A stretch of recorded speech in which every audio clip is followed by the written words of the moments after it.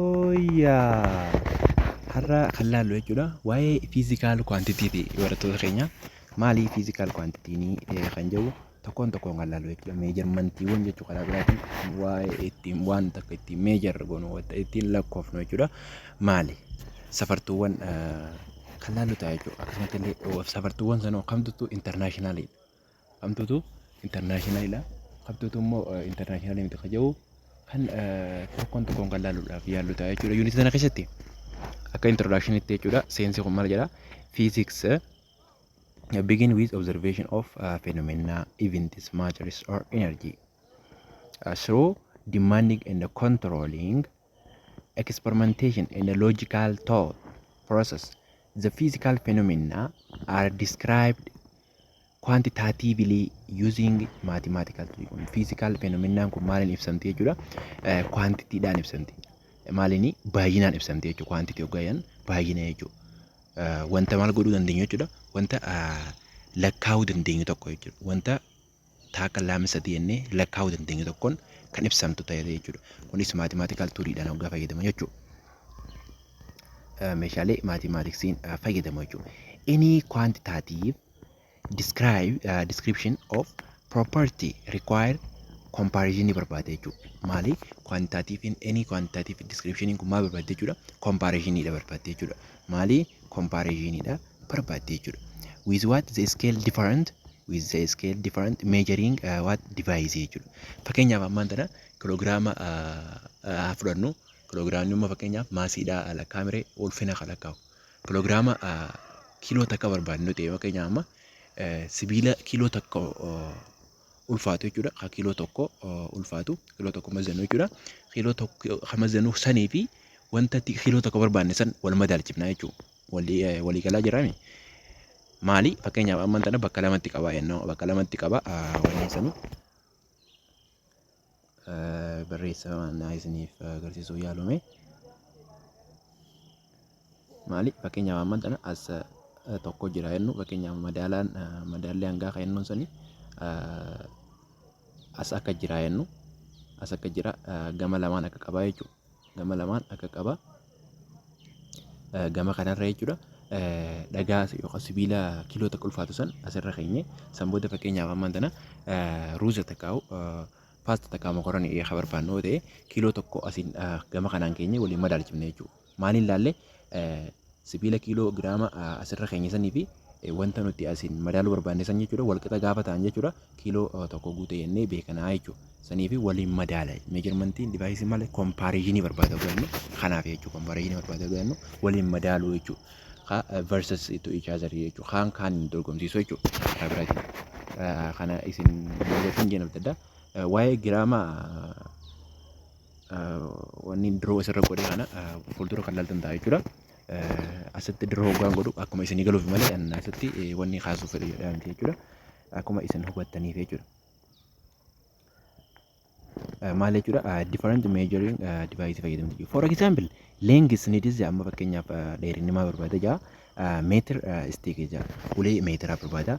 Time ni dizze watch fakkeenyaaf yeroo maal barbaaddi maal barbaadde jechuudha sa'aatii barbaadde jechuudha akkasumatti maas ni dis maal jechuudha beam balance jechuudha wanta balance isa godhu beam balance meeshaa jedhamu san barbaadde jechuudha in this process we recognize kana keessatti nuti ni hubanna maal hubanna jaa wanni nuti hubannu very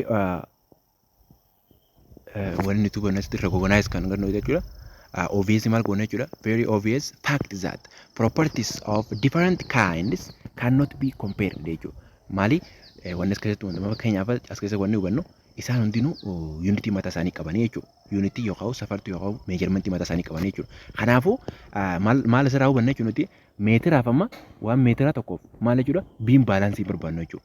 Fakkeenyaaf amma wanta ulfina ittiin safaru tokko dheerinaaf hin barbaannu yeroodhaaf ammaan tana amma meetira wayii barbaanna yeroodhaaf maaltu barbaadama sa'aatu barbaadama jechuudha. Kanaafuu maasiidhaafis biimiin akkuma barbaadamu maasiidhaaf amma taa'imiin ni barbaadamti hin barbaadamtu jechuudha. Kanaafuu wanni nuti asirratti a very obvious fact kan hubannu maal jechuudha property of different kind cannot be compared jechuudha wanni waliin fakkaanne taa'imii fi maasii wanta ulfina qabu sana maal jechuudha waliin compare godhuu hin dandeenyu jechuudha maaliif taa'imii fi taa'imii maasii fi maasii leengisii fi leengisii qofa waliin dandeenye malee warra match ta'e warra walitti relationship waliin qabu kana malee warra kaan waliin dorgomsisuu hin dandeenyu jechuudha. Na hubattan jechuudha barattoota keenya asirratti waan wal hubannee natti fakkaata. Ifa ta'uu baannaan komentii jalatti nu barreessanii ifaa miti kiliir nu godhi jettanii barreessuu dandeessan. Saniifuu responsiidha waan ta'eef jechuudha. Isin deebisuudhaaf qophiidha barattoota keenya. Saniifuu don't worry. You will get it kana ni hubattanii gaafa internaalii keessa seennu beeka isinii ta'a jechuudha. Saniifuu hin dhiphatinaa barattoota keenya. Just follow me. Numa hordofaa malee in this process is recognized maal hubannee jechuudha nuti propertiin isaan differentiin warri kaa'in different ta'an wajjin gosa tokko ta'uu hin danda'anii jechuudha.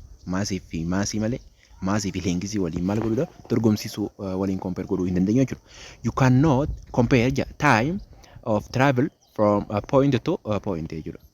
Maal jechuudha from point to point tti time jechuudha maal godhuu dandeessu jechuudha compare godhuu dandeessu jechuudha. Time ta'e dheerina tokko asiif achi gidduu jettee maal jechuudha compare godhuu dandeessan jechuudha. With maal distance jechuudha between two points. Along two quantity may be related jechuudha. The time travel is physically quantity dha. Akkasumas illee distance ammoo length dha jedha. Is also physical maal jechuudha quantity dha kunis akkasumatti. Okay, they are completely maal jechuudha different types of physical quantity dha measure. Physical quantity measure kan ta'e jechuudha adda adda jechuudha. By different measuring device dha. Meeshaalee ittiin safaru sanillee adda akkasumas illee unity isaanii adda jechuudha. Fakkeenyaaf since international unity of time dha S dha mee fakkeenyaaf second dha mee length dha maal jechuudha meetera jechuudha. Kana fakkaata kana kan laaltan taate jechuudha barattoota keenya. In this unity you will learn different types of scales, measurements, classification of physical quantity, and conversion from one system of unity to another. Akkasumas illee unity takkarraa kara unity biratti jijjiiruu. Fakkeenyaaf meetira kara meetira, meetira kara kiiloomeetira, kiiloomeetira kara meetira jijjiiruu jechuudha karaa biraatiin. Taayimii kara maali jechuudha karaa haaworii kara sekondii kara miniitii jijjiiruu. It is conversion of unity dha akkana kana conversion dha jechuudha.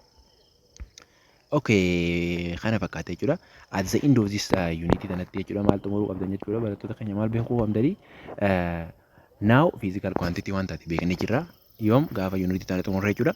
Measure a different physical quantity with what accurate kateedha jechuudha. Isa sirri katee saniin ni hubanna. Akkasumas illee appreciate the measurement of activity of different physical quantity katee jechuudha. Tokkoon kan addaan baasnee beeknu ta'a jechuudha. Egaa unity tanatti xumurre booda. Akkuma kutaa 9 keessatti jechuudha. Kutaa 9 keessatti grade 80 general science ajoo keessatti jechuudha. You learn about scientific measurement kan jennuun. Akkasumas illee different types of scales are used in what measurement keessatti akka fayyadaman jechuudha. Scaleiiwwan baay'inaan hedduu barattee turte jira. Kutaa 8 keessatti general science keessatti jechuudha. Amma immoo 2.1 jalatti maal ilaalla jechuudha akka revisionitti scalein maali? Standardino unity yookaan perfection isaanii to maali jechuudha. Kan ta'u tokkoon kan ilaallu jechuudha. Let's start with a scale irraa eegallu. At the end of this section kana keessatti jechuudha section 2.1 tan irratti maal xumuruu qabdan jechuudha maal beekuu qabdanii list godhuu danda'uu qabdan eega xumurtan booda jechuudha. Type of scale 4 types of scale jira isaan afran sanuu list godhuu danda'uu qabdan jechuudha. Qormaataaf prepare ta'uu fi barumsa beekumsa jechuudha. Ijaarrachuudhaan maal jechuudha kana beekuun keessan dirqama keenya akkasumas illee dirqama keessan barattoota keenya. Distinguish between what 4 types of scale akkasumas illee garaagarummaa isaanii adda baafte jechuudha. Garaagarummaa iskeelii gosa afuritu jiranna gosa afur san tarreessisiin jedha. Eega tarreessinan booda immoo garaagarummaa isaanii to maali akka jiru tokkoon beekuun dirqama keessanii barattoota keenya. Okay. In general there are 4 data measuring scale tu jira jechuudha. Guutumaa guututti jechuudha. Warra scale measurement of scale afuritu jira jaa. Innis maal jechuudha? Those are isaan sun normal scale jennaani, ordinal scale, interval scale, and ratio scale jira jechuudha.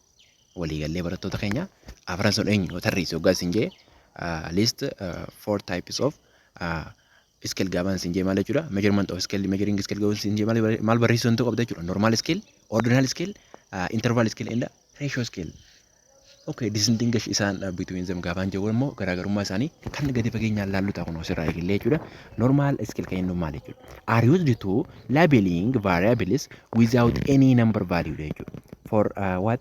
For nominal scale, there is no inherent quantitative difference among the category dha isaan kana jidduu category goone isaan kana category goone order goone garaagarummaa isaanii hin mul'attu jechuudha garaagarummaa isaanii hin mul'attu jechuudha maal jechuudha ogaa jettan fakkeenyaaf ammaan tana gender yaa fudhannu jechuudha saala dubartii fi dhiiraa maal garaagarummaa isaanii clearly ifaa miti jechuudha maaf clearly maal jechuudha quantitative takka lamenne tokkoffaa kun lammaffaa kun sadaffaan inni orderiidhaan kaa'uu hin dandeenyu jechuudha. Eessa keessatti nominal scale keessatti. Okay gaafa hair color dhufnu akkasumas illee kalarii rifeensaa jechuudha.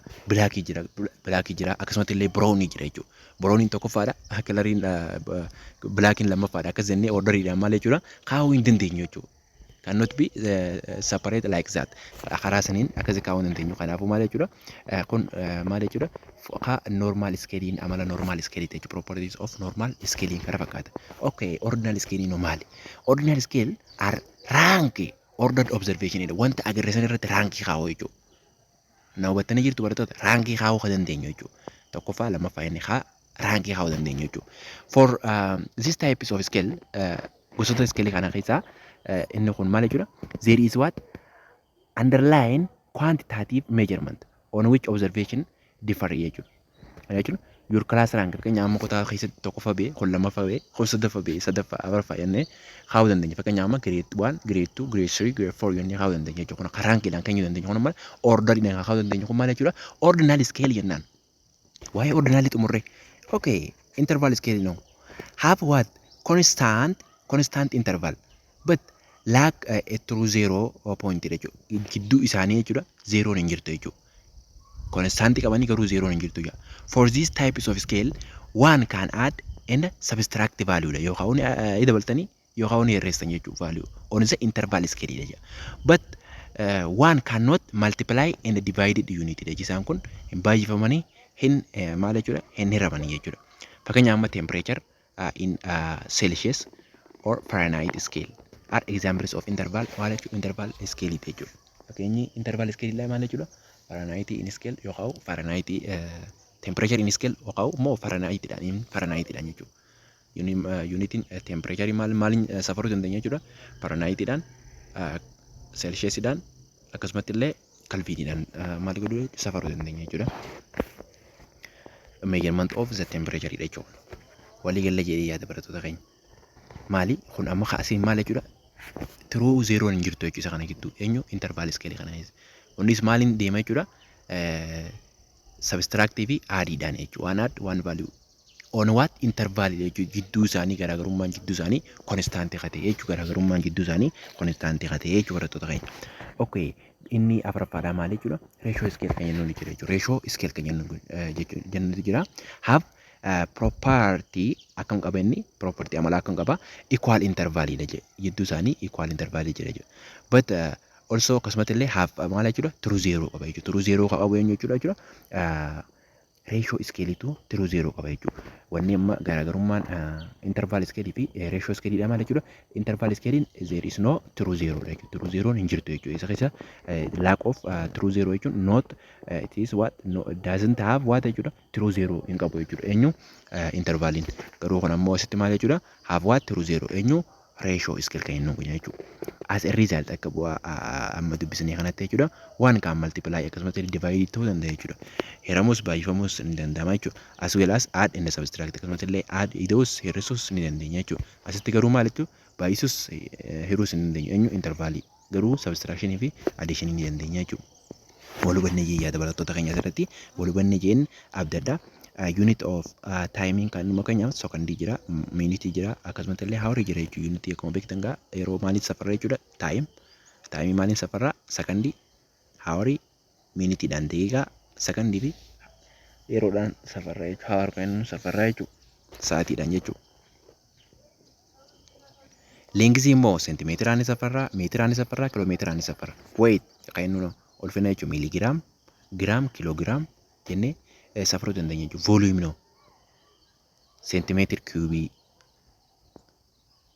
millimeter cube jira akkasumatti centimeter cube literaallee akkasumatti illee literaallee jechuudha milliliteraallee inni safaramte jechuudha volume walii galee kanis conversion of unit measurement of unity measurement irratti ilaalla booda jechuudha millimeter meeqa tuttu centimeter cube meeqa akkasumatti illee liitira meeqaatu seentimeetira mililiitira meeqa kaja'u tokkoon kan laallu ta'a jechuudha. Saniifuu nu hordofaa barattoota keenya tempereechara immoo kalviinii iskeeliidhaan safarra jechuudha. Akkuma akka maal jechuudha R ratio iskeelii jennaan tempereechar in kalviinii keessa kan jiru jechuudha maal jechuudha akka maal jechuudha akka ratio iskeeliitti jechuudha. Garuu asirratti maal jechuudha Fahrenheit fi Celsius fi maal jechuudha Fahrenheitidhaan ibsa. Isa keessatti intervaalii keessatti garuu asitti immoo maal ibsee kalviiniidhaan ibsee jechuudha. Gaafa kalviiniin ta'e maal jechuudha tempereecharri reeshoodhaan ibsama jechuudha. Walii galee note that even though ratio scale has true 0 point akkuma 0 qabaatu jechuudha, the nature of variable in such that value 0 will never be observed. Value dhugaadhaa san jechuudha kanuma 0 illee qabu jechuudha in variable keessatti hin mul'atu jechuudha. For example, human height dheerinni namaa jechuudha is measured on the ratio scale jechuudha. But every human has what height greater than 0 jechuudha. Maal jechuudha namni hundinuu height ni qaba. Garuu height san ratioon ibsama. Garuu namnummaan dhalate hundinuu jechuudha kanummaan nama ta'e jechuudha. Maal jechuudha 0 height qabu hin jiru jechuudha. Osoo 0 illee argamaa jiraate 0 illee kanuma argamtu garuu truly not observed jechuudha. Never be observed jechuudha. Isa keessatti ratio keessatti barattoota keenya 0 ni argamte inni fakkeenyaaf amma height maal ibsama ratioon ibsameen. Heightiin ratioon ibsama. Garuu ammoo uumamaan jechuudha namnummaan namuma ta'e jechuudha ka 0 height ta'e jechuudha. Ka dheerina 0 qabu tokko hin jiru jechuudha addunyaa kanarra. Hin jiruus hin jiraatus jechuudha. Kana fakkaata jechuudha. Key concept maal jechuudha. In physics scale is set of numbers, amounts, etc. used to measure or compare the levels of something jechuudha. Ratio scale ammoo maaliif barbaade jechuudha. It is the advanced scale in which addition, subtraction, multiplication, division as possibility keessatti possibility jechuudha. Iddoo hir'isuun baay'isuun yeroo maal jechuudha possibility ni danda'amte. Isa keessatti ratio scale keessatti barattoota keenya ratio scale keessatti ni danda'amte jechuudha. Ni danda'amte jechuudha. Okay, itti fufnu gaa. People in different community jechuudha uummanni communityewwan adda addaa keessatti major physical quantity jechuudha safaran jechuudha physical quantity kan such as length faa time faa volume faa mass unity traditional measuring unity. However, each unity has different value at different time, position and condition jechuudha. Kunis wanni nuti safaru san jechuudha haala conditionitiin positioniidhaan akkasumas illee yeroodhaan maal jechuudha adda adda jechuudha. Adda adda jechuudha. Fakkeenyaaf hand span kan jennu waluma taakuudhaan kan ibsamu ciqileedhaan cubit akkasumas illee miilaan jechuudha. Foot span kan jennu jechuudha kan safaramu jechuudha. Kun amma tiinkaanii xaasaawwaniin kan safaramanii akkasumas illee dhadhaa fakkeenyaaf dhadhaa maal jechuudha baala lama baala sadii kaanii barreeffama safaranii maal jechuudha. Farisullaa kan jennu jechuudha. Farisullaa kan jennu akkasitti dubbifama. Kun ammoo piis kan jennu kun maal jechuudha tarkaanfii piis.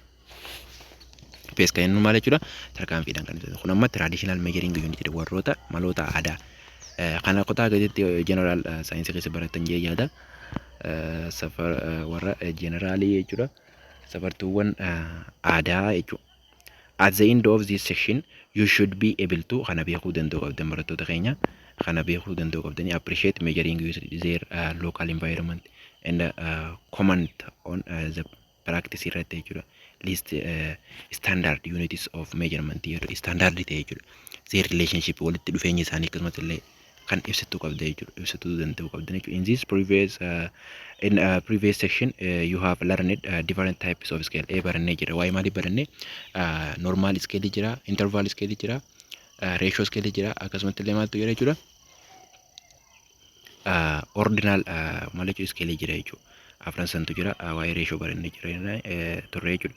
However garuu in physics we focus more on what ratio scale irratti garuu physics irratti afran sanaa barannu malee gosoota scale afran sanaa barannu malee garuu physics wanni inni focus irratti maal jechuudha isaan afran san keessaa eenyu irratti jechuudha ratio scale irratti jechuudha. Ratio scale irratti define maal jechuudha standard unit jechuudha. Keessatti haalan focus itti qabaate jechuudha physics keessatti baay'inaan kan itti fayyadamu maal physics keessatti jechuudha ratio scale jechuudha. Ammas keessatti baay'inaan ka fayyadamu warra iskeel san keessaa eenyu isin injee gaafa isin gaafate gaafa irratti maal jedhatanii deebisuu danda'u qabdan jechuudha ratio scale jechuuf more kan we focus on what more ratio scale irratti jechuudha in physics keessatti jechuudha. Okay, the law of physics are expressed in terms of basic quantity that is required clear definition qabdu jechuudha. In physics, even basic quantity are length, mass, time, temperature, current, amount of substance, luminous intensity, and all together quantity in physics are can be derived from those seven sanarraa jechuudha. Basic kanarraa kamaltu fundamental physical quantity kan jettutu uumamaa jechuudha. Fundamental kanarraa derived physical quantity uumama jechuudha. Kun amma maal jechuudha basic quantity dha jechuudha. Warreen meeqa jechuudha torbaani takka lama sadi afur shan ja'a torba jechuudha. Unitiiwwan bu'uuraatii fi derived warra ta'e jechuudha. Derived warra ta'e torban kanarraa derived warra ta'e jira jechuudha. Kanaaf tokkoon tokkoon kan laalu ta'a irra akkatina barattoota keenya.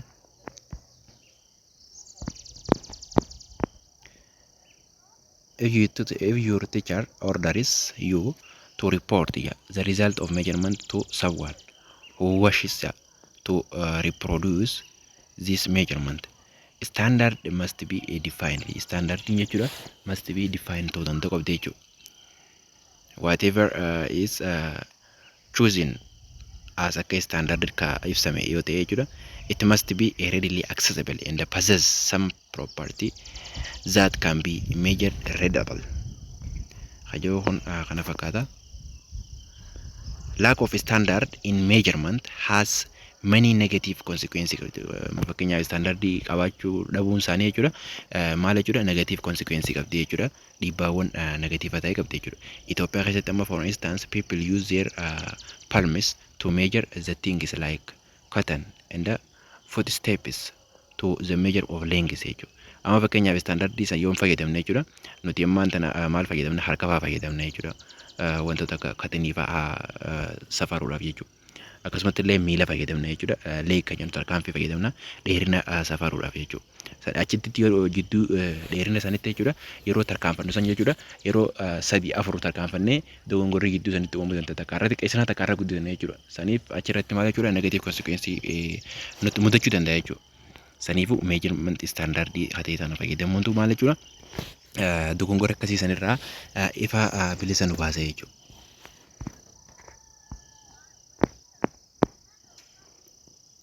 It creates inaccuracy uumte jechuudha. Inni kun inaccurate akka ta'e uumte jechuudha. Sirrii ta'uu dhabuusaa uuma jechuudha. Inni tarkaanfii 5 tarkaanfannee fakkeenyaaf amma tarkaanfii takka tarkaanfannee tarkaanfii itti aanu san gaafa tarkaanfannu takka irra xiqqeessinaa takka irra guddisna jechuudha. Exactly akka yeroo duraa tarkaanfanne sanitti tarkaanfachuu dhabuu dandeenya jechuudha. Sababa maaliitii jechuudha rakkoo poozishiniidha, koondishiniidha. Kana wal qabatee taayimiidha wal qabatee jechuudha. Konsekwensiin akkasiisan mudachuu dandeessa jechuudha. Sababa maaliitiin ta'in ammallee san gubbaadhaan sababa standard measurement ta'inii fi rakkoon akkasiisan nu mudachuu dandeessa jechuudha barattoota keenya. Rakkoon akkasiisan nu mudachuu dandeessaniifu mala aadaa sanitti dhiisnee qaama fayyadamuu qabna jechuudha. Kan standard ta'e kanaan fayyadamna jechuudha.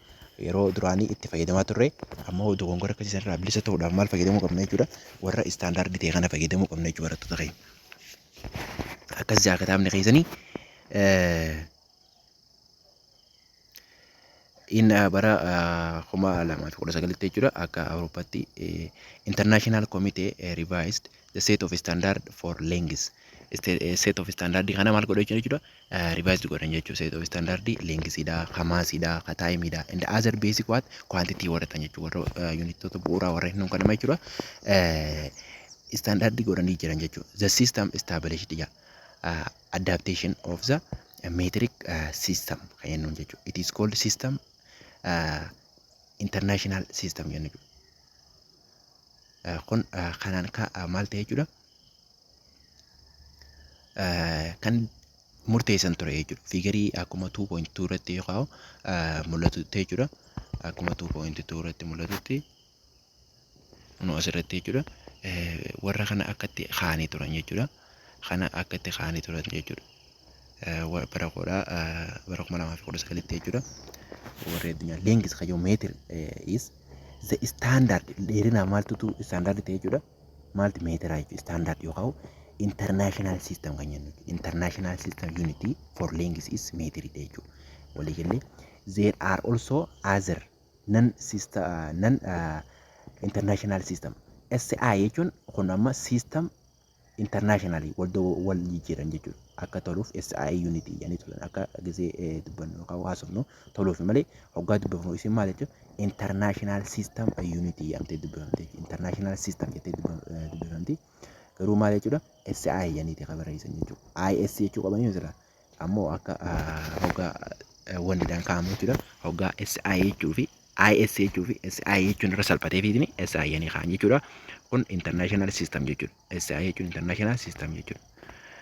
Dogongorri isaanii dogongoraan fudhatamne itti yaadamtee tolfamte jechuudha. Garuu ammoo IS ta'uu qaba malee international irraa eegala gabaajeen barreeffama hoggaa jennu. Akkasuma garuu immoo rakkoon qabu jechuudha. Isaan bifa sanii fudhatanii SI jechuun unity internationally kan jennuun jechuudha. Kan dheerinaa maal jechuudha? What is the standard unity for length yoo isin maal jechuudha? Meetirii dheettanii deebisuu qabdan. Dandeessan jechuudha. Warri biraallee ni jira warri internationally hin ta'in jechuudha. International system warri itti waliin galin jechuun ni jira. Garuu isaanis akkasuma fayyadaa jiranii garuu internationally kan itti walii galee jechuudha malee unitiin dheerina lengsiidha maal jechuudha meetira jechuudha. Kiloomeetirri illee kan jiru jechuudha. Kan milimeetirri illee jiru kan itti walii galee kamii meetira jechuudha. Seentimeetirri jira, milimeetirri jira, kiloomeetirri illee jira. Kan itti walii galee garuu standard kan ta'e itti walii galee maali? Unitii wal ta'aa kan jennu kun maal jechuudha meetira. For what? Lengsiidhaaf jechuudha. Okay, barattoota keenya. Those are centimeter length ka jiru, millimeter kilometer length ka jiru. Today garuu meter is defined as what? The distance traveled akka ta'etti ka distance in traveled ka ta'een kan ibsamu by light in what? Vacuum during time. Of kana fakkaata jechuudha. Time ifoo maali unit of standard internal system of unity maal jechuudha? Unity waltaa time dha maal jechuudha? Second dha jechuudha. It is defined as what? Interval between two events. Interval between two events. It is what? Fundamental quantity. Inni kun maali? Fundamental yookaan basic quantity kan inni jedhu. Unitoota bu'uuraa horreeffamuu kana jechuudha. The unity of time is system international unity kun maal jechuudha? It is second dhaan ibsamte jechuudha. Non international system unity eenyu fa'aadha? Kanneen akka minute dha, hour dha fa'aa jechuudha. Day fa month year kun maal jechuudha non international dha jechuudha. Warri itti walii galle maali second dha jechuudha. Unity waltaa yeroodha maal jechuudha second dha jechuudha. The second is defined as akkanatti ibsamte jechuudha. Time the period of variable radiation from season jechuudha. 133 atom irra jechuudha. Kanaan ibsamte jechuudha. Barattoota keenya mass kan dhufna jechuudha. Maasii noomaali kilogiraamaan jechuudha. Standard ka ta'e jechuudha. International system isa maali kiloogiraama. Hamaasiidha kiloogiraama jechuudha. Hamaasiidha maali kiloogiraama. Nan system internationally warri ta'e illee inni jira. Kanneen akka giraamaa, miligiraamaa, toonii fa'aa kanneen maal jechuudha. Warra nan international system warra ta'e kana jechuudha. Warra ta'e saniin maal jechuudha. Isaan kanneen kan jiru garuu warri unity waltaa of maasiidha maali isin jiran kiloogiraama jettanii deebisuu danda'u qabdan. Kiloogiraamni it is standard or international system of mass jechuudha. Kiloogiraamni. Tokkoon qabadha barattoota kun maal ijoodha jechuun dagatamu hin qabne. The kilogram is defined by taking a fixed numerical value of Planck constant kan jennuuni. Waa'ee Planck constant kanas fiiziksii keessatti jechuudha kutaa olitti baay'inaan gadi fageenyaan kan baratan ta'a. Kunis konstantii innummaan kan jechuudha. HA 6.6260715 times 10 raised to 10 the power of jechuudha karaa biraatiin 10 raised to what minus 34 jechuudha. Kan kaya jechuudha. When express the units of joules kan jennuun. Kana fakkaata equal to what joule second jechuun maal jechuudha kilogram meter square per second jechuudha ta'e. Kaya kunis Planck's constant kayyoo tokkoon kan baratan ta'a jechuudha. Where the meter and the second are defined in terms of the speed light in vacuum keessatti kan ta'e jechuudha. Saffisa light dha wanta duwwaa qoda duwwaa tokko keessatti kan ta'edhaan si jedhamee bakka moggaafame jechuudha innis. Sansaniin kan kaa'ame jechuudha barattoota keenya system international unity kuno kanuma asirratti isin kaa'amaa jiru kana derived warra ta'ee fi warra basic ta'e kan jennuun kanas gadi fageenyaan kan lalu ta'e jechuudha.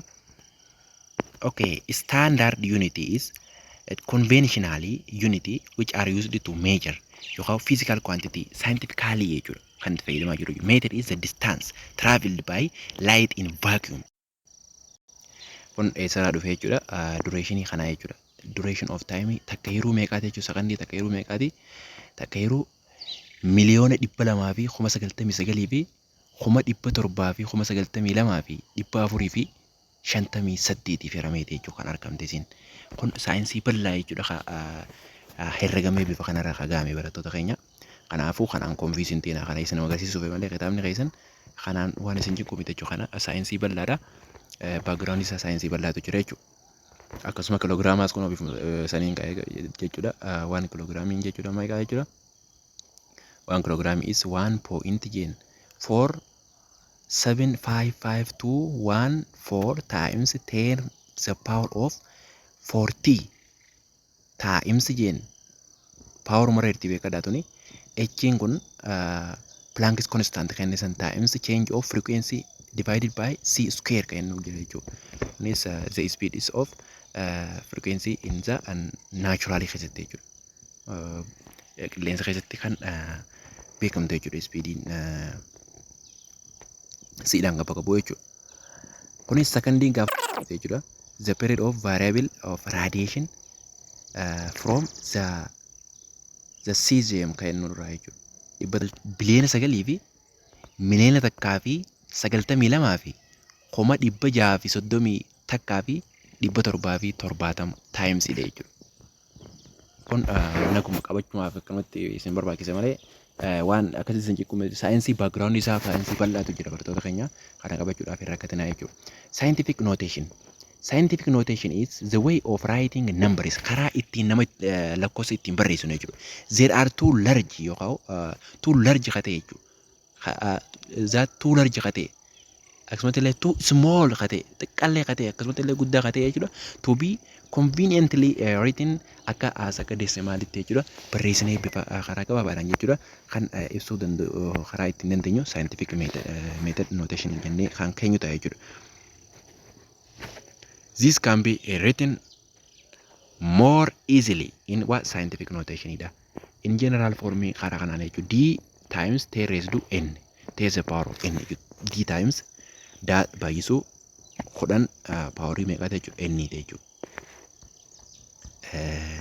Where d is decimal number gaafa ta'e decimal number between 0 and hanga 10 kan jidduu jiru jechuudha.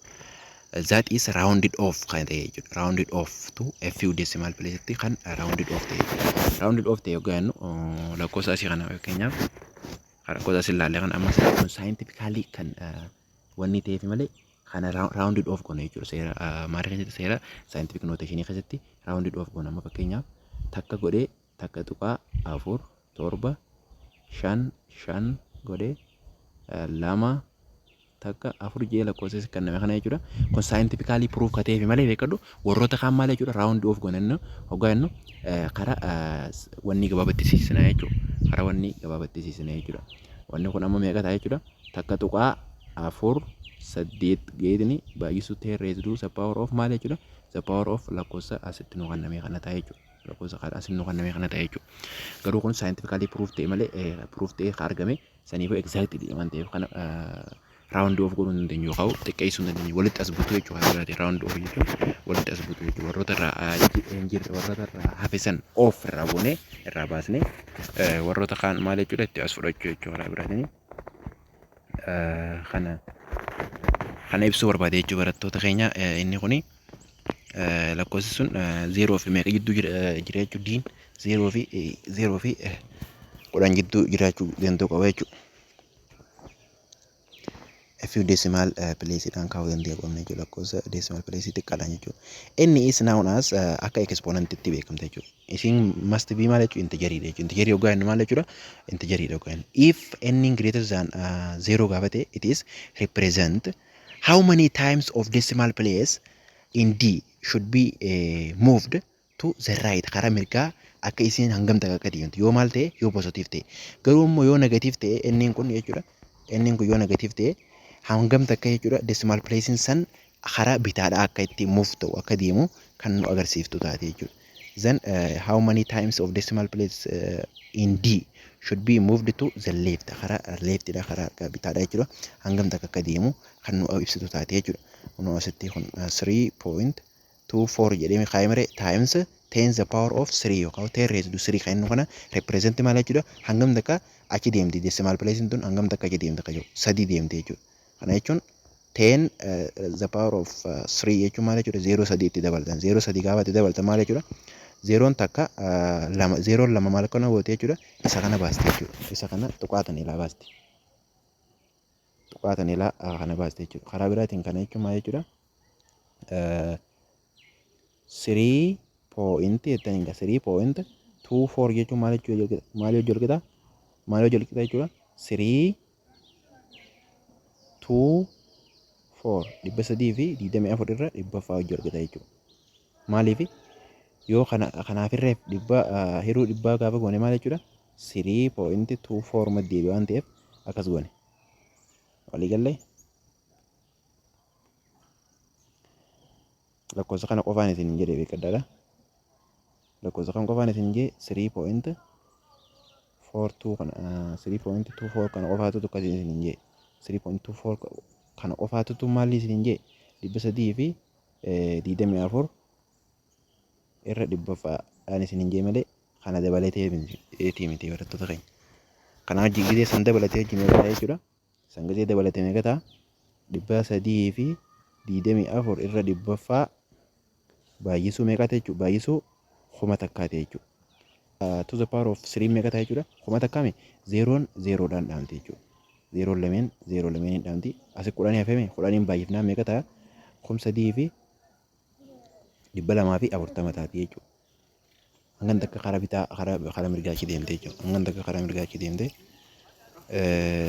kana fakkaate jechuudha kun barattoota keenya.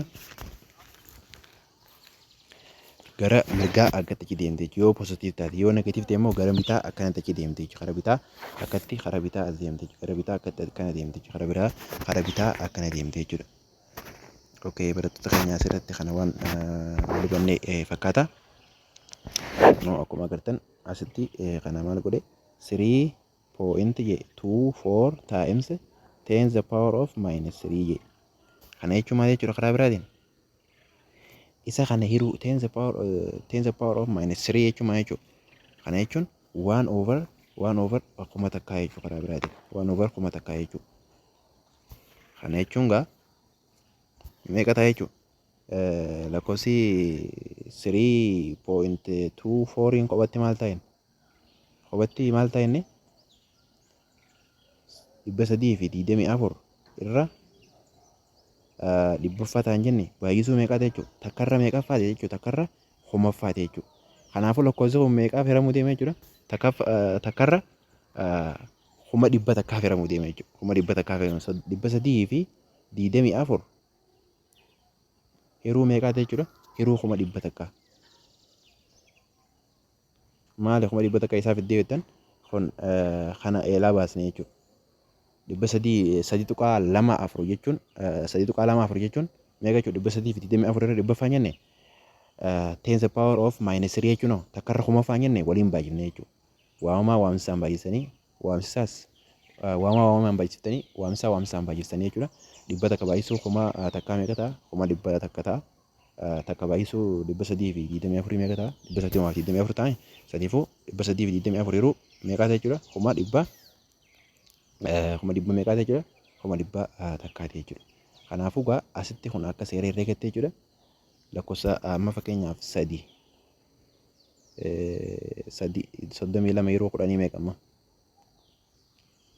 meeqa 3 tuqaa meeqa 3 tuqaa lamaa yeroo dhibbaa silaa goone duwwaa tuqaa meeqa jechuudha duwwaa tuqaa 32 jechuudha silaa yeroo dhibbaa goone 32 yeroo dhibbaa silaa goone garuu ammoo asirratti meeqa yaa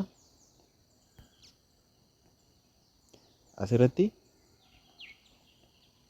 dhibba sadii fi 24 yeroo meeqa ta'e jechuudha yeroo kuma dhibbaa ta'e jenne bifuma yeroo kuma dhibbaatiin gaafa hirruu meeqa jechuudha. Kun amma meeqa of keessaa qaba jechuudha. Kana of keessaa qaba jechuudha. Kana of keessaa qaba. Kanaafuu duwwaa tuqaa sadii lama afur hirruu meeqaatiin malee hirruu dhibba takkaa sinnoo fi miree kumaaf irree akkasumatti illee malee hogguu meeqa achi bunnee jechuudha. Hogguu lama achi bunnee jechuudha. Duwwaa tuqaa duwwaa ammallee maal jechuudha. Duwwaa goonee sadii lama afur goonee jechuudha. Kana jechuudha. Hangam takka karaa bitaa achi deema kayyoo agarsiisa jechuudha. Akkuma kitaaba keessan irratti isinii kaa'ee jiru. Kunoo asirratti jechuudha. Duwwaa tuqaa duwwaa sadii lama afuriin nutoo meeqa finne? Kunoo asirratti duwwaa tuqaa duwwaa sadii lama afur jechuudha. Wanni beektan duwwaa tuqaa jettanii eega duwwaa tuqaa jettan booda lakkoofsa duwwaa tuqaa jettanii fakkeenyaaf duwwaa tuqaa sadii jettanii afur shan yoo jennu fakkeenyaaf duwwaa tuqaa dhibba sadii fi 45 jettanii dubbifamu. Seera herreegaa keessatti seeruma akkasittiin dubbifama jechuudha. Duwwaa tuqaa eegannee booda lakkoofsa san tokkoon isaanii yaamna malee duwwaa tuqaa sadii afur shan jennee yaamna malee duwwaa tuqaa dhibba sadii fi 45 yoo jettan dogongora jechuudha. Akkasiin jaamu akkamiin yaamamaa duwwaa booda tuqaa booda jechuudha. Lakkoofsa jirus takka takkaa yaamta jechuudha. Sadii afur shan jettanii yaamtan jechuudha. Duwwaa tuqaa sadii afur shan jettanii yaamtan malee duwwaa tuqaa dhibba sadii fi 45 yoo jettan sirrii miti jechuudha. Akkas fakkaata. Scientific figure jechuudha. Kan yeroo dhuftu laallu jechuudha. Ta'a barattoota keenya har'aaf kun egaa thank you so much kun isinitti dheerate jedhee yaada. Yoo agartee argentilii ammatti isin ka barbaachisaa ta'e jechuudha. Viidiyoo lama qofaan isiniif fixa jechuudha. Kana booda barbaachisaa ta'e viidiyoo lama qofaadhaan kan isinii fixu ta'a jechuudha. Maaliif kunis ifa gala akka isinii ta'uuf jechuudha. Yoo kanarrallee ifa kan isinii hin taane ta'e jechuudha. Ifa isinii godhuudhaaf qophiidha barattoota keenya. Waan nu dhaggeeffattaniif guddaa galatoomaadha. Thank you so much.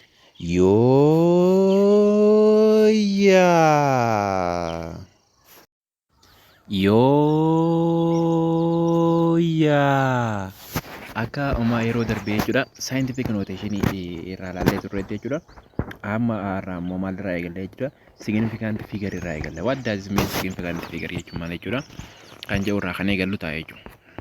Significant figure in a number, in a number, each non-zero digit is a significant figure jechuudha. Warri non-zero ta'e hundinuu maal jechuudha? Significant figure dha. Kana sirriitti jabeessaa qabadhaa barattoota keenya. In a number, each non-zero digit is warri zero digit hin ta'in jechuudha. Is what? Significant figure jennaan. Maal jechuudha jechuu dandeessan. Maal jechuu akka ta'e jechuudha. Kan isin garsiisnu ta'a jechuudha. Zero are only counted if zeroon yoom qofa lakkaa'amte jechuudha. Akka significant figure itti yoo maal taate qofa jechuudha. If they are between two non zero digit warra zeroon ta'in jidduu gaafa jiraatte akkasumatti illee immoo are at the end of decimal party booda gaafa jiraatte jechuudha. Takka lakkoofsa lama jidduu takka lakkoofsa lama ka zeroon ta'in jidduu jechuudha. Takka ammoo maal yoo jiraatte qofa jechuudha. At the end gaafa jiraattee qofa jechuudha. Maal decimal party gama indi gama dhumaa gaafa jiraatte jechuudha. Maal jechuudha jechuu dandeessanii asirratti akkuma agartan asitti kun amma takka lama sadii meeqa jechuudha. Zero sadii qabaan akkuma lamame. Zero leen tun jechuudha. It is non significant figure jechuudha. Not significant figure. Saniifuu significant figure kuma lama maal jechuudha. Takka jechuudha. Takka significant qaba jechuudha. Innis maali? Lama jechuudha. Lama qofaatu as keessa maal jechuudha? Significant figure jechuudha. Yoo akkana ta'e garuu maali? Yoo as bakka sana jechuudha. Kuma lama goone tuqaa duwwaa yoo goone maal jechuudha? 5 significant figure qaba jechuudha. Akkuma asirra agartan 0 kuma lama tuqaa 0 gaafa goone jechuudha. 5 significant figure qaba jechuudha. Kanaaf asiin lakkaa'uu dandeessan ta'a. Lama gizee lama takka lama fudhattanii jechuudha. Lama takka lama sadii afur shan jechuudha. Homaadha achi jirtutti shan jechuudha. Saniifuu 5 significant figure qaba jechuudha. Okay. You estimate the number like this by removing significant figure from the numbers. Start from the right. Yoo amma lakkoofsa tokko significant figure irraa balleessuu barbaadan maal irraa eegaltan jechuudha. Karaa mirgaati irraa eegaltan jechuudha. Barattoota keenya irraa balleessuu gaafa barbaadan karaa mirgaati irraa eegaltan jechuudha. Until you have desired number. Hangam takka significant figure san hangam takka qabaachuu dandeenya jechuudha.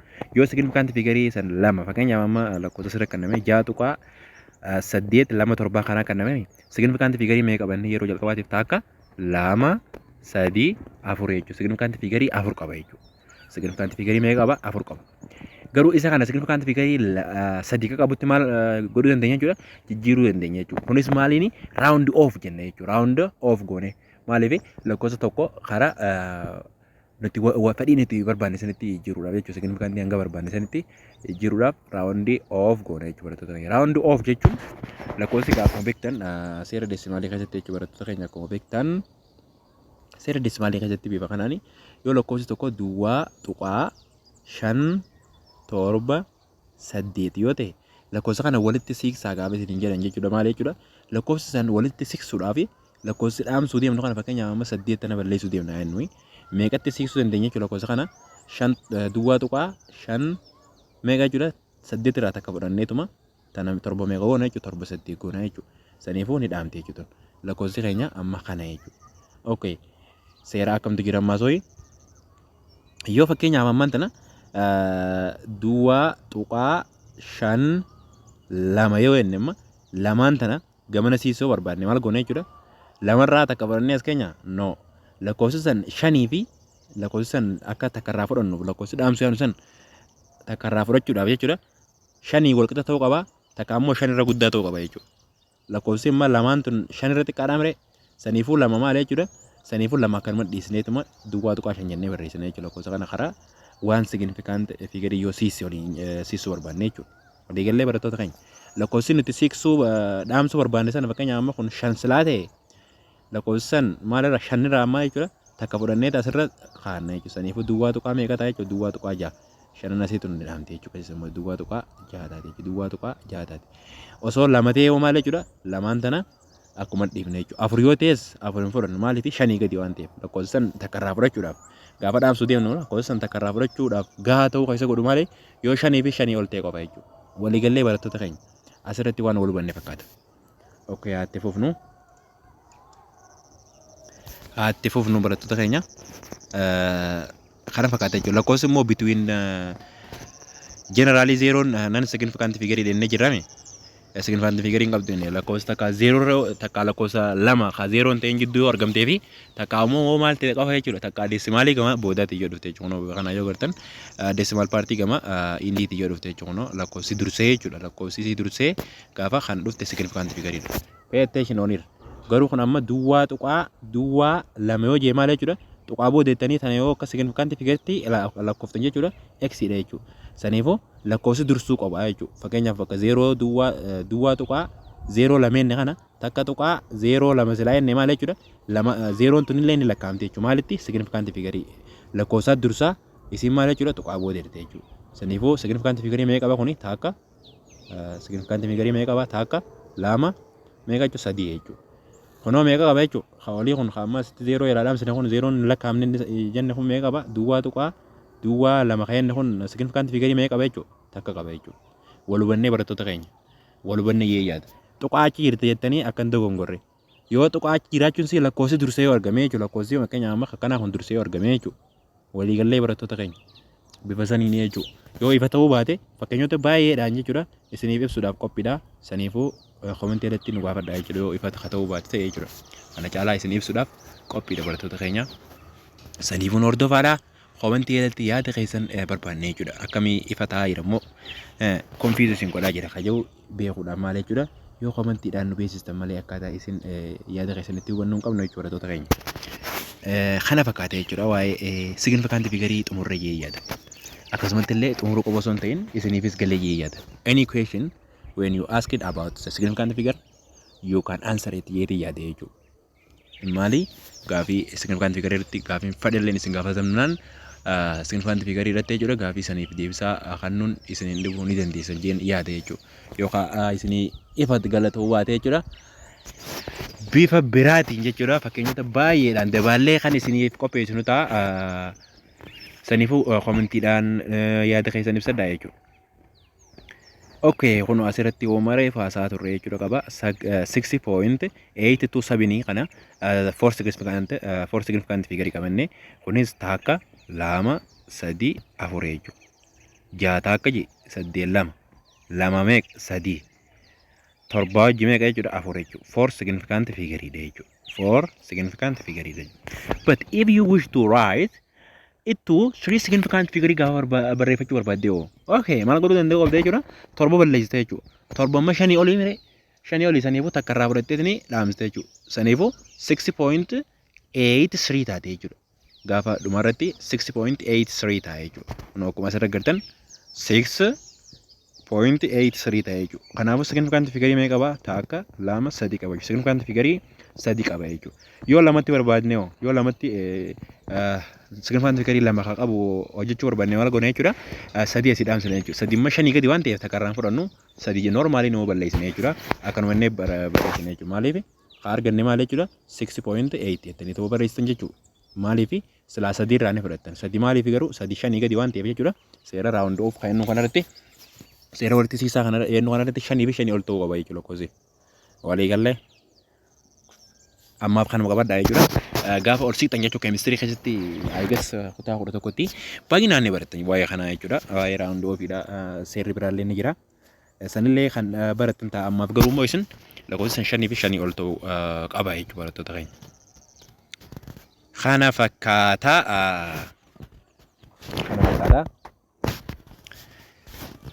perfect yalalu. In the previous section, you have learned different basic unity. Basic unity barannee turre jaa. Maal fa barannee turre jechuun viidiyoo darbee keessatti warri viidiyoo darbee jechuudha. Asumaan baay'isoo wayii warri viidiyoo darbee ilaalin jechuudha. Viidiyoo darbee ilaaluu qabdan. Maal beekuudhaaf different basic warri basic unity beekuudhaaf jechuudha. Basic unity warreen nuuni warroota derived hin ta'in jechuudha. Warra itti waliigallee jechuudha. Warri system international unity dhaan kan itti waliigallee murtaa'ee mallatteessanii itti walii galan jechuudha.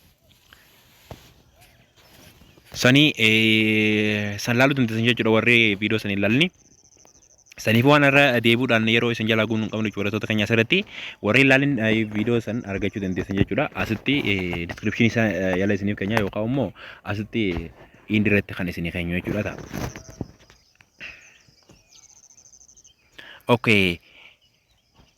When a numerical unity is either very small or very large gaafate lakkoofsi numerical san lakkoofsi guddaa yookaan xiqqaa ta'e jechuudha.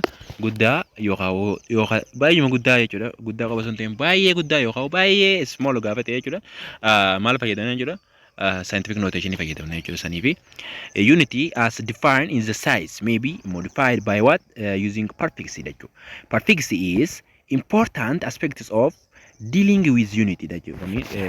Unity hojiidhaan deemuudhaan baay'ee important jechuudha. Eenyu prefix kan jennuun kun jechuudha.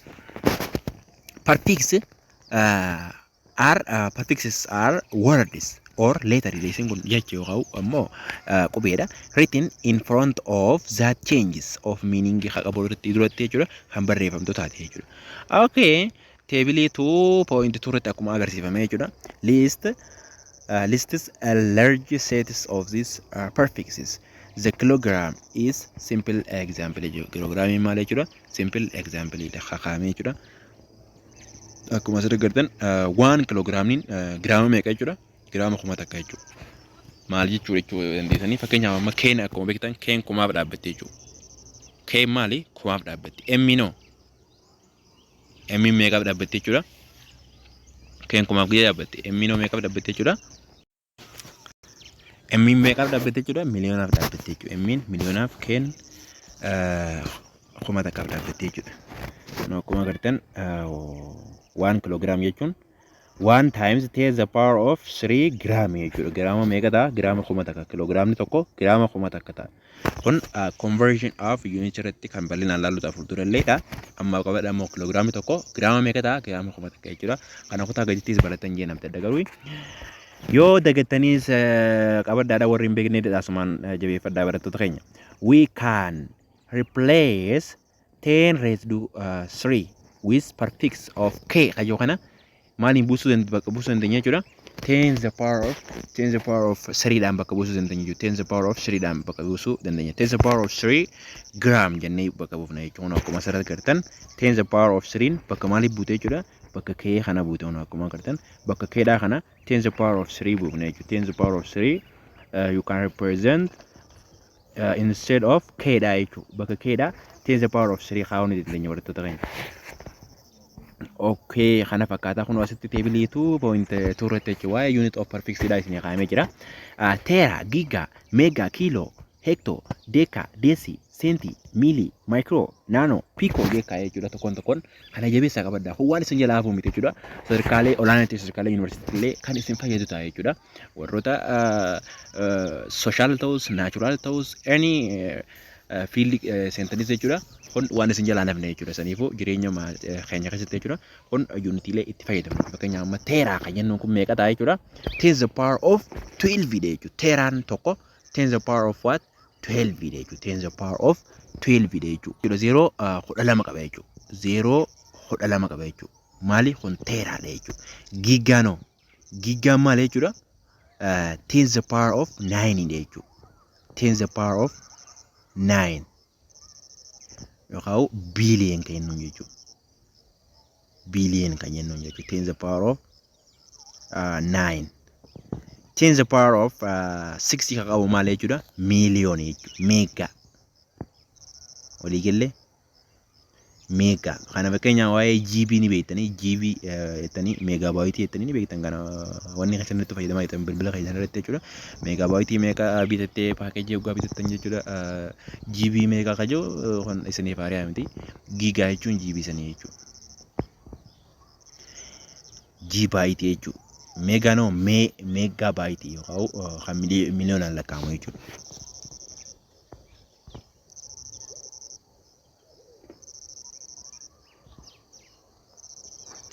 Akkasuma kiiloo jira, kiiloon kuma bakka buutee inni akkasumatti illee hektoo jira jechuudha. Waan 100 qaba kubuutu, deekaa jira, 10 qaba kubuutu, deessii jira, meeqa buutee?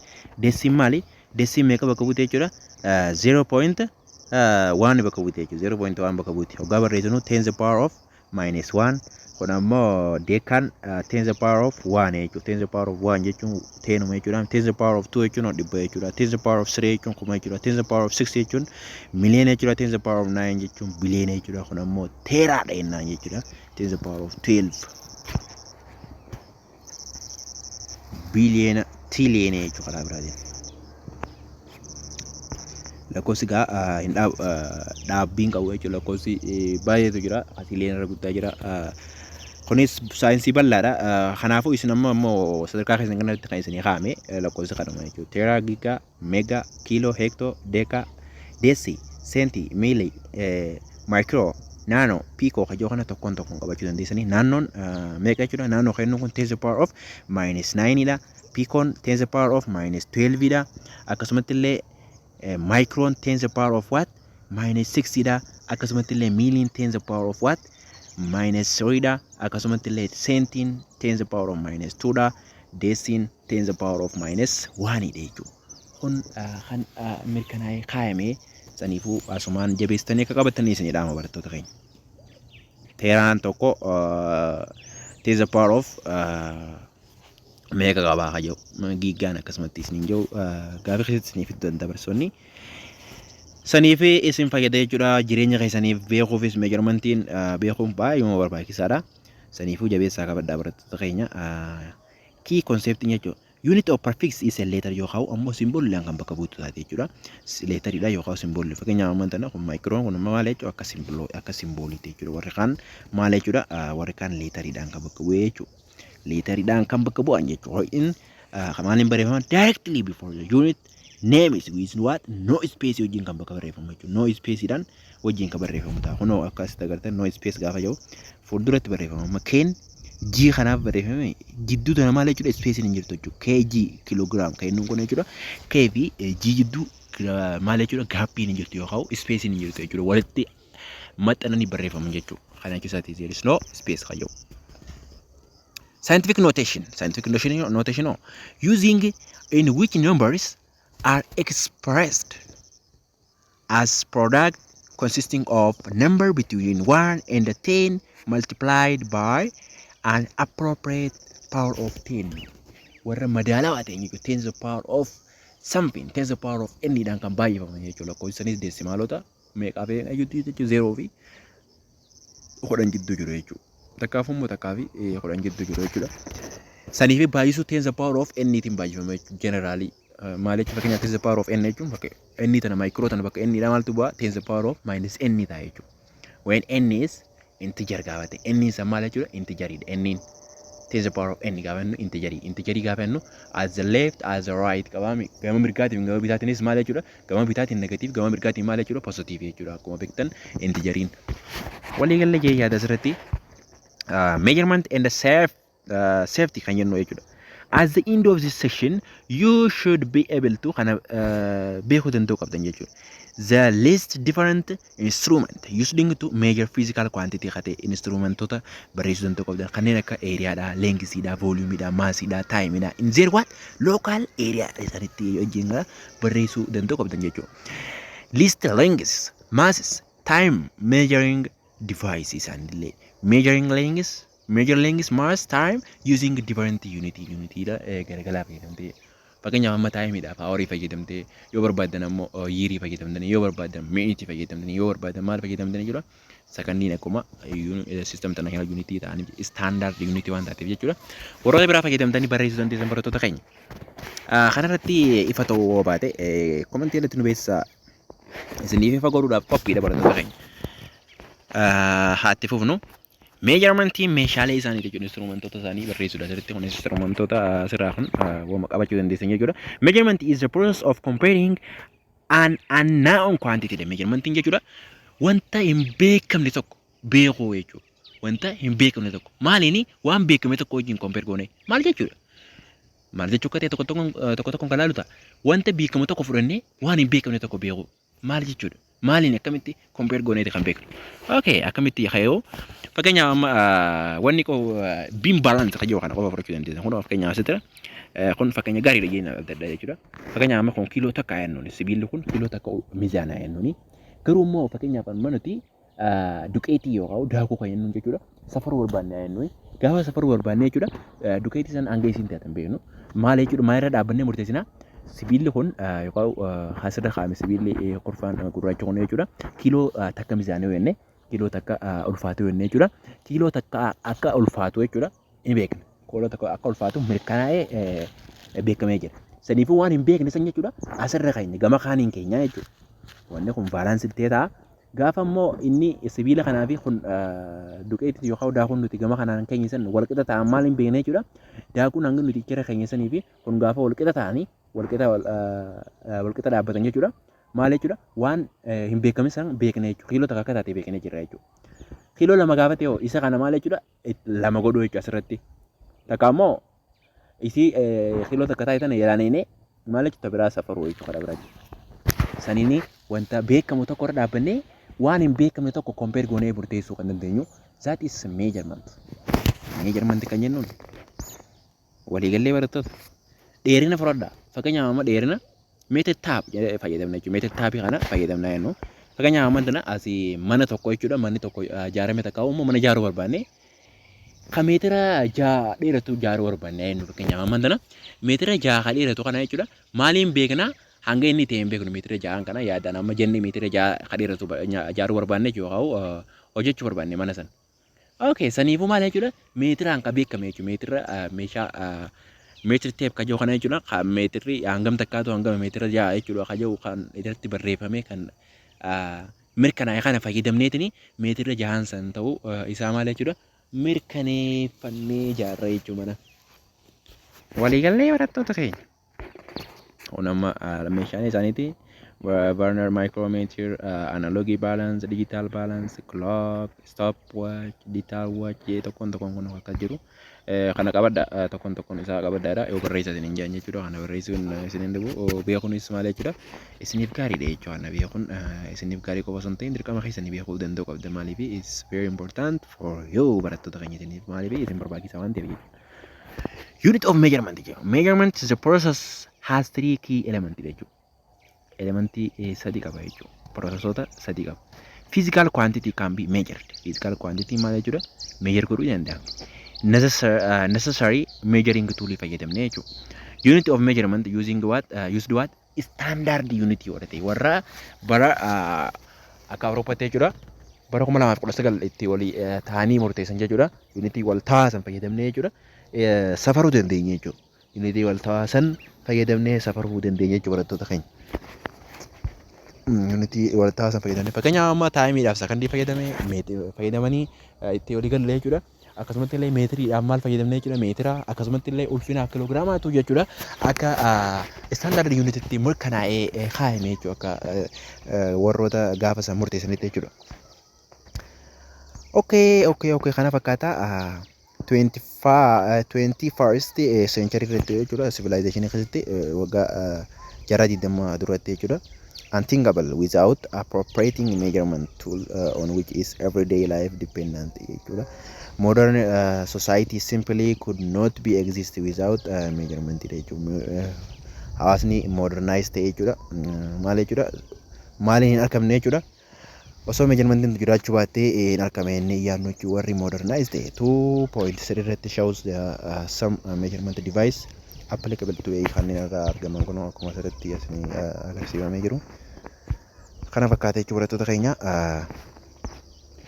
When you are measuring the length safartan jechuudha of object you are compare godhaa jirta it with what the standard length dhaan kan standard length dhaan kan compare godhaa jirtu jechuudha gaafa dheerina tokko safartaa jira jettan jechuudha.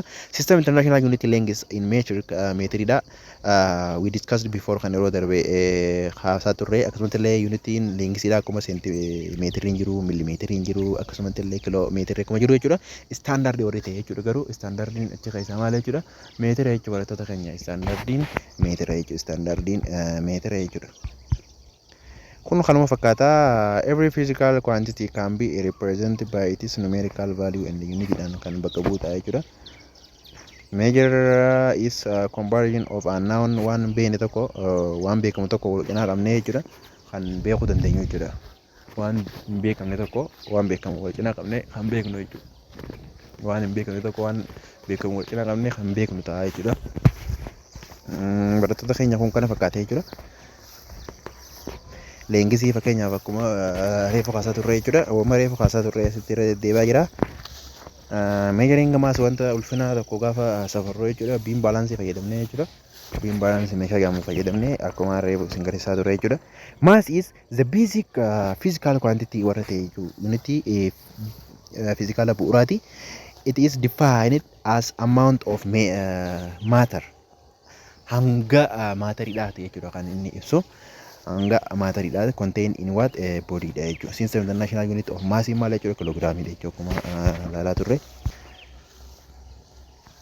Beam balance log beam balance jee tokkoon kun akka tafa jiru measuring time jaa time is maaliin fayyadamu maaliin akka safarruu yeroodha fayyadamnee akka safarruu akkasumas illee system international unitiin isaan standardii warri ta'e eenyu akka ta'e jechuudha ilaallee turre sakandii akka ta'e warroonni biraallee minitiin jiru haawariin jiru deeyin jiru manziin jiru akkasumas illee wiikiin jiru yeeriin jiru kanuma kan jiru jechuudha. Unitii standard of time maal jechuudha sakandiidha jechuudha. Sakandiidha jechuudha barattoota keenya. Kun kana fakkaata classification of physical quantity kan jennu jechuudha. Classification of physical quantity dha jira jechuudha. Classification of physical quantity dha. Physical quantity is definition inside jechuudha. Anything that you can measure wanta feete jechuudha. Wanta fadheewu haati measure godhuu dandeessu maali physical quantity jennani. For example kanneen akka length dha, temperature dha, distance, time are what physical quantity jennan. Physical quantity eenyu time, length, temperature, distance, time warreen kun akkasitti maal jechuudha physical quantity dha. Quantity that can be what measure directly or indirectly are known as physical quantity dha. Warri nuti lakkaa'uu dandeenyu san kallattiidhaan takkaa'umoo al kallattiidhaan maal jechuudha maal jedhamtee beekamtee jechuudha physical quantity jedhamtee beekamtee jechuudha. Physical quantity jechuun can be measured directly or indirectly measure taate jechuudha. Indirectly measured are known as what physical quantity jenna jechuudha. Quantitummaan fadhee jechuudha ta measure taatu yookaan directly yookaan indirectly ta measure taatu maal jennaani physical quantity jennaan. The major value of physical quantity are described in terms of numbers and the unity jechuudha lakkoofsa yookaan unity dhaan kan ibsamtu taate jechuudha. Each physical quantity and its unity have a symbol.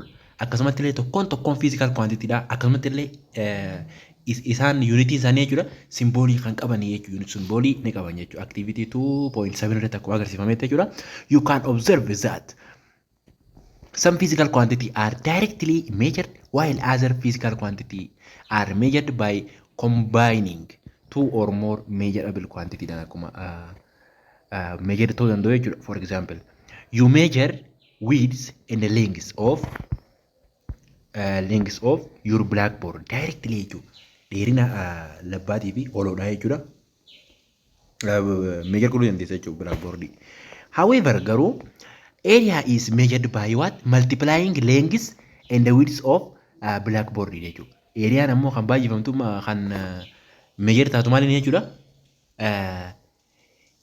length isanii fi width isan waliin baay'isanii area si arganna jechuudha for example you measure the width and the length of your blackboard akkasumatti you measure godhuu dandeessa width fi length blackboard da maal godhuu dandeessa jechuudha measure godhuu dandeessa maal directly jechuudha garuu haa ta'u malee area measure godhuudhaaf by multiplying maal godhuudhaan jechuudha maal waliin baay'isuuni length fi width waliin baay'istanii area argatan jechuudha areaan width times length dhaan argannaa jechuudha physical quantity can be classified into physical quantity nammo can be classified into what two jechuudha physical quantity akkuma beektan fundamental physical quantity yookaan basic physical quantity fi derived physical quantity jedhanii jira jechuudha warra unitota bu'uuraatii fi unitota bu'uuraatii fi warra derived ta'e jechuudha warra derived ta'e jedhamee jira jechuudha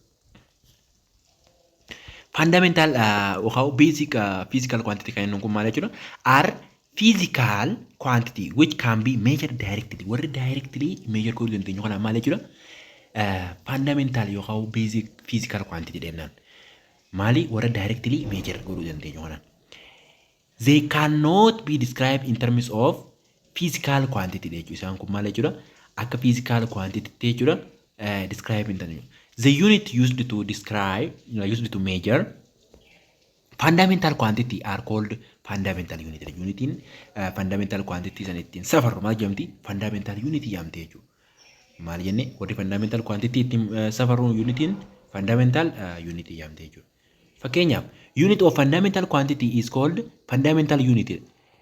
It doesn't depend on any other unit depending on not any depending on what any other unit rate depending another birarratti warroota birarratti depending gonkumaa hin taatu jechuudha if dandeessee kan dhaabbatu fakkeenyaaf amma leengisiin maal irratti jechuudha leengis the measurement of leengisiin maal meetiriidha meetiriin kun amma leengisiin kun kabiraa tokko illee illee maal jechuudha depending ta'u jechuudha kabiraa tokko illee illee unit biraa fakkeenyaaf amma time irratti depending taare hin ta'u jechuudha fakkeenyaaf amma second irratti depending ta'u jechuudha saniifuu measurement of leengisiidha maal jechuudha meetir irratti malee unity biraa irratti maal jechuudha depending ta'u jechuudha waliigallee leengisii dheerina safaruudha yeroo safaruudha maal jechuudha just depending on wani qofa malee kan meejarii isii kan amma sakandii irratti depending taate malee jechuudha meejarmantii biraa irratti jechuudha fakkeenyaaf amma meetira irratti depending taatu jechuudha eenyu yeroo safaruu yaadu jechuudha yeroo waggaa safaruu yaadu waliigallee asirratti barattoota keenya waan walumaan natti fakkaata asirratti waan walumaan natti fakkaata jechuudha. The unit of fundamental quantity called fundamental unit in nature. There are 7 fundamental physical quantity jechuudha. Akkuma teebilii 2.3 keessatti agarsiifame warri fundamental yookaan basic physical quantity jennuun kun torbaatu jira jechuudha. Torbaatu jira kun akkuma asirratti agartan mass, length, time, temperature, current, amount of substance, luminous intensity kan jennu. Kunoo simbooliin isaa kana fakkaata. Early dhaan M T akkasumas illee T guddaa temperature dhaan kan bakka bu'u kana jechuudha. Kana jechuun basic unitiin isaanii immoo meetira, kiloomeetira, sekondii, kalviinii, ameetirii, mool, ampeerii jechuudha. Ampeerii, mool, kaandeel kan jennu jechuudha. Luminance of intensity dhaaf maali? Unit is a basic unit of unitiin luminance of intensity dhaaf maali jechuudha? Kaandeelii jechuudha. Inni simbooliin isaa maaliin bakka buuti? CD dhaan jechuudha. Maaliin CD? CD jechuun small C and D dhaan jechuudha. Qubee xixiqqaadhaan bakka bu'an jechuudha barattoota keenya. Maali luminance intensity kan jennuun kun qubee xixiqqaadhaan CD dhaan bakka bu'a jechuudha. Kaandeellaa kan jennuun. Kun amma maaliiti? Basic unititi. Kun ammoo asitti maaliiti jechuudha? Physical quantity jechuudha. Basic physical quantity length irraa L fudhatanii, mass irraa M fudhatanii, time irraa T fudhatan jechuudha. Temperature irraa ammoo taa guddaa fudhatan jechuudha. Akkasumatti karantiidhaaf ammaa I fudhatan jechuudha. Karantiidhaaf I fudhatan jechuudha. Akkasumatti illee amount of substance gaafa jennu immoo N fudhatan jechuudha. Which is stand mole kennu jechuudha. MOL dha jechuudha. Wanni si simbooliin. Walubanni yaada barattoota keenya asirratti walubanni yaada derived physical quantity no maali? Egaa fundamentaliin sabin hidhenne derived jechuun no maali? Derived orennoon kuni warroota sabiin kan sabin kennu kanarraa kan tole jechuudha. Fakkeenyaaf ammaan tana eeriyaa barbaaduudhaaf maal jechuudha? Leengisii lama walitti jechuudha meetira iskeer taatiin fakkeenyaaf ammaan wiidsiin M dhaan bakka buute jechuudha. Maali jechuun koo leengisii akka leengisiitti M dhaan jechuudha. Wiidsii gaafa jennu oloodha cinaacha kanarra jechuudha. Leengisii gaafa jennu akkatti labbaadhaan miree fakkeenyaaf ammaan tana asirratti biroo godhee isin agarsiisuudhaaf gaafa yaalu fakkeenyaaf kun akka gabateedha gaafa jennu. Kun ammaan tana kun wiidsiidha kun amma leengisiidha X'dha kana kaa'u L dhaan bakka buusuu dandeessan jechuudha. Gaafa barreessan jechuudha maali gaafa eeriyaa isa safartan maal jechuudha. Eeriyaan isaadha maal jechuudha.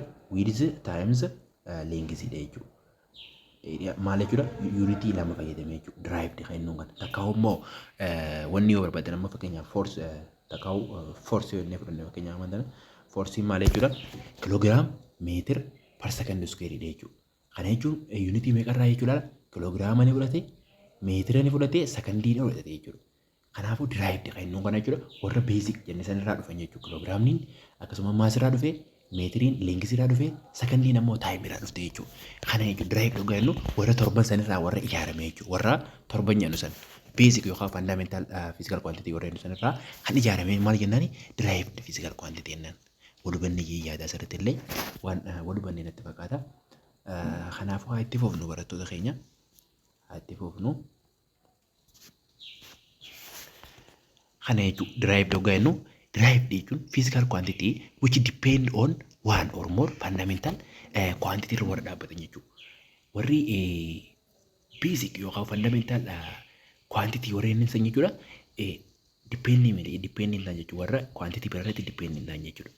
Akkuma jalqaba kaasaa turre maas jennee maasii biraa irratti depending ta'an fakkeenyaaf amma tana eessatti maasii unity waltaa system international of maasiidha maal jechuudha.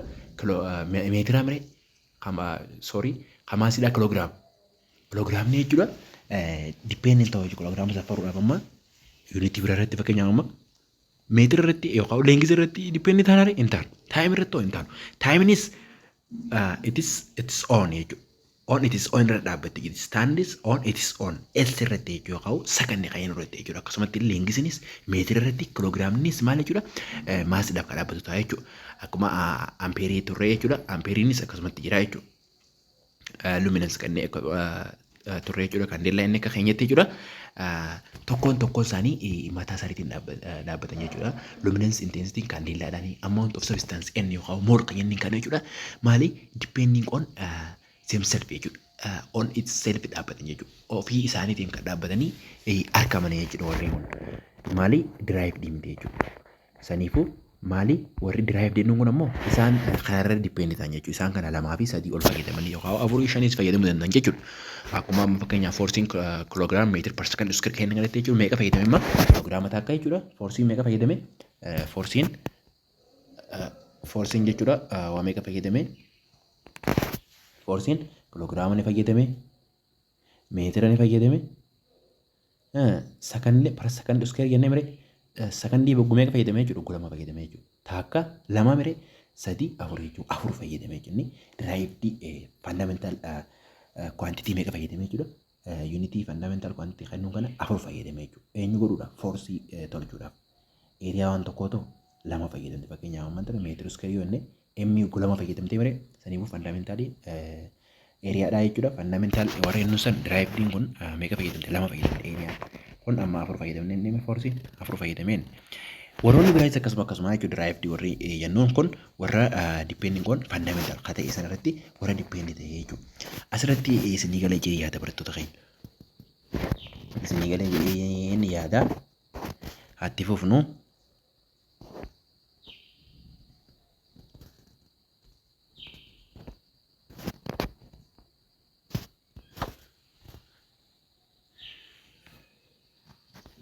no derived warri ta'es jechuudha. Bifa kanaan isinii kaa'ee jira kitaabni keessanii. For their measurement are called derived unity jechuudha. Derived unity area faa, volume faa, density faa, speed faa. Are what some example warroota hanga tokko jechuudha. Example derived physical quantity warreen nun kan kana jechuudha. Table 2.4 jalatti akkuma isinii kaa'ame jechuudha. Derived physical quantity warreen nun kun kana fakkaata jechuudha. Fakkeenyaaf speed jee v fudhatee density akkanumatti illee rho jechuudha. Fudhatee accelerationidhaaf guulaaf a fudhatee jechuudha. Forceidhaaf f fudhatee akkasuma kanaan jechuudha. Kaa'ame jechuudha. It is unitiin isaa newtonidha. Forceidha jechuudha. Warra kan meter per second square jechuudha. Warra kan maalitti acceleration akkuma beektan meter per second square dha. Kilogram warri ammoo density dha. Kilogram per meter cube dha jechuudha. Because mass divided by volume dha waan ta'eef eenyu density. Gaafa ammoo speed dhuftan jechuudha meter per second dha jechuudha. Meter per second dha. Bifa kanaan kun akkatti derived ta'e kan inni kana warroota fundamentaalii sanirraa warra ijaarame jechuudha. Waan biraa tokko jechuudha miti. Drive jechuun sanirraa kan diriirfame jechuudha. Unity sanirraa diriirfame jechuudha. Okay, let us jump on scalar and vector quantity. What does it mean scalar and also what does it mean vector kan jedhu kan laallu ta'a jechuudha. Maali scalariin akkasumatti illee maali vector quantity kan jedhu tokkoon kan laallu ta'a jechuudha. Physical quantity can also be classified as akka physical quantity kun akkuma measurementidhaan maaliidhaan jennee measurementidhaan kaanya kanatti garuu ammoo asitti scalarii fi physical quantity vector quantity jennee kaa'uun hin dandeenye. Some physical quantity are described completely guutumaa guutuutti ni ibsama by number yookaan unitidhaan ni ibsama jira. A number with a unit is called magnitude. Lakkoofsi numberiin isa maali jechuudha magnitude jechuudha. However haa ta'u malee other quantity have what direct attached to the magnitude. Warroonni tokko maal jechuudha directionii hin qaban warri maasiifaan jechuudha. However maal jechuudha other quantity jechuudha have direction attached to magnitude jechuudha. Warri kaan akkuma magnitude ibsinu warroonni tokko immoo magnitude fi akkasumatti illee kallattii wajjin qaban jechuudha. Qal'abee fi qalqabee kan jennu jechuudha karaa biraatiin. Hammaas ni qabanii kallattiis ni qaban jechuudha. Walii galee fakkeenyaaf amma yeroo maal qal'abee kallattii qaban sa'a 5 6 takka sa'a 7 takka sa'a 8 jetta sa'a 7 west ni jetta sa'a 7 east ni jetta jettu jechuudha. Kana fakkaata jechuudha barattoota keenya tokkoon kan laallu ta'a. Scalar quantity maali? Vector quantity maali? A scalar quantity is physical quantity which is the only described by magnitude. The only described by magnitude but not by what direction. Direction dhaan kan hin ibsan. Maal qofaan kan ibsamtu jechuudha barattoota keenya kan magnitude qofaan ibsamtu jechuudha. Maal jennee yaamna scalar quantity jennee yaamna jechuudha. Exampleota scalar quantity dha. Kanneen akka distance dha, kanneen akka mass dha, time, temperature, energy warreen kun jechuudha. Examples of scalar quantity. Write the examples of scalar quantity at least 3 takka 4 yoo isin maal jettanii barreessan jechuudha. Distance, mass, time, temperature, energy jettanii jechuudha. Akkasitti tarreessuu danda'uu qabdan jechuudha barattoota keenya. Tarreessuu danda'uu qabdan jechuudha. Warra scalar quantity warra kallattii hin qabne jechuudha. Hanga qofaan kan ibsatu kanneen akka density fa'a tokkoon ibsuu danda'uu qabdan jechuudha barattoota keenya asirraa jabeessanii qabachuun dirqama keessan. A vector quantity is a physical quantity taatee jechuudha. Which can be described by what magnitude and also direction dhaan kan ibsamtu. We can describe vector quantity within both which magnitude and direction dhaan kan ibsamtu. What is vector quantity? Vector quantity is a physical quantity which can describe them by magnitude and also direction kan ibsu dandeenya. Yookaan immoo which has both yookaan boosii lameenuu qabu maal qaba magnitude qabu direction qabu hangaa fi kan kallattiin ibsamu jettanii ibsuu danda'uu qabdan jechuudha. When expressing that the car moves yeroo dubbannu jechuudha kaariin konkolaataan tokko moves 50 km/h to east kilomeetira 50 per hour jechuudha. Kara east dhaan deeme gaafa jennu kara maal jechuudha kara bahaa deeme gaafa jennu jechuudha. Maal jechuudha kallattiin kaa jira jechuudha. Hangi isaa kami hangi inni deeme 50 km/h deeme garuu kallattiin isaa maali east dha kara east deeme jechuudha.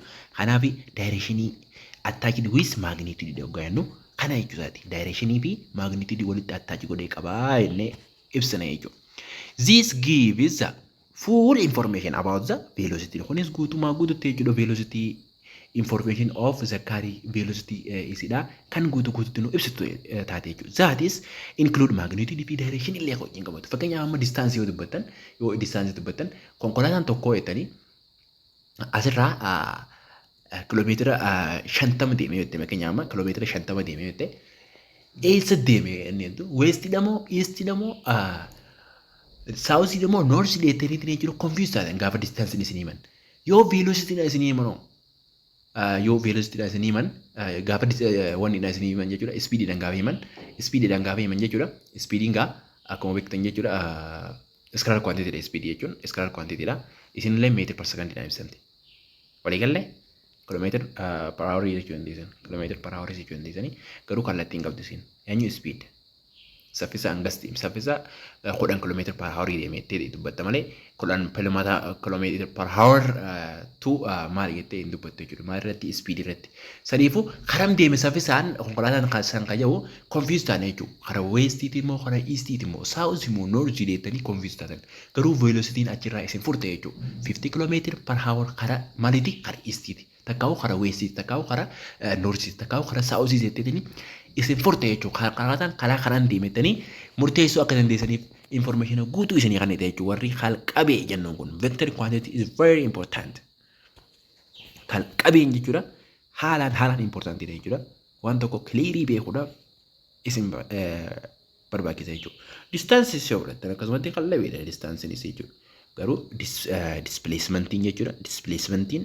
faallaa isanii maal jechuudha kalqabeedha jechuudha displacementiin waliigallee kalqabeen distaansiin amma kalqabeedha displacementiin ammoo maal jechuudha kalqabeedha jechuudha kan kallattii akkanatti jechuudha meeshaa hangana deemee jechuudha kiiloomeetira hangana deemee jechuudha eenyu displacement shortiidha jechuudha cut way kan uumamu jechuudha karaa gabaabaadhaan kan ibsu jechuudha distaansiin ammoo maali akkanumatti jechuudha wanta walitti gannacame tokko jechuudha karaa dheeraa hunda naanneessee kan nu naannessu jechuudha fakkeenyaaf ammaan tanaa asirratti diroo godhee isin agarsiisu fakkeenyaaf amma distaansii fi displacement jechuudha fakkeenyaaf ammaan tanaa bakka tanaa jira manni tokko ayannu as ammoo mana tokko jira ayannu karaa distaansiidhaa fayyadamnu distaansiin ammoo asiin dhufee asiin deemee asiin dhufee as dhaqa. Garuu immoo displacement yoo fayyadamna kallattumaan akkatti dhufa jechuudha.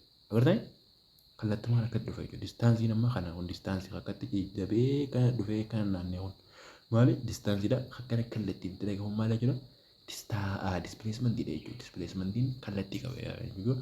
Amma kana karaa saawuzii yoo goone fakkeenyaaf amma karaa saawuzii yoo goone asitti yoo barreessinu taate jechuudha. Asirratti barreessinu taate jechuudha. Kun amma distaansiin jechuudha. Distaansiin asiin akka dhufee garuu displacementiin maal jechuudha. Displacementiin asirraa ka'eetiin amma fakkeenyaaf asirraa ka'ee ammaan tanaa kun distaansii kun amma wanni inni jechuudha. Displacementiin asirraa ka'ee as dhufee jechuudha.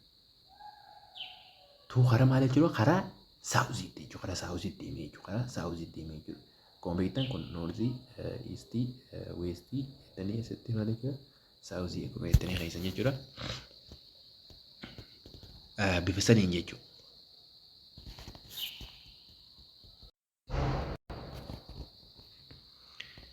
Okay, barattoota keenya kun kana fakkaata jechuudha waa'ee vectorii fi scalar quantityidha isinii gala jedhee yaada.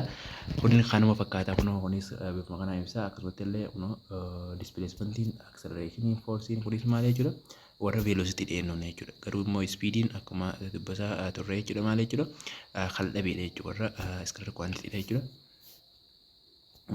Represent yookaan stands for kalqabeedha kan inni maal tokko gubbarra kana gootanii takka ammoo isii sana booldi gootan jechuudha S gootanii maal keenyaa kun amma displacement dhaabbatee jenne S'n gadi displacement dhaabbatu maal jechuudha takka akka gurraachuma takka ammoo gubbarra akkatti sarara xiyyaa kana keessan jechuudha ammoo kalqabeedha maal S'n isaa akkanatti S gootan malee hin gurraachomsisanii takka ammoo xiyyaa gubbarra keessan jechuudha waliigallee barattoota keenya garaagarummaan isaanii kana fakkaata.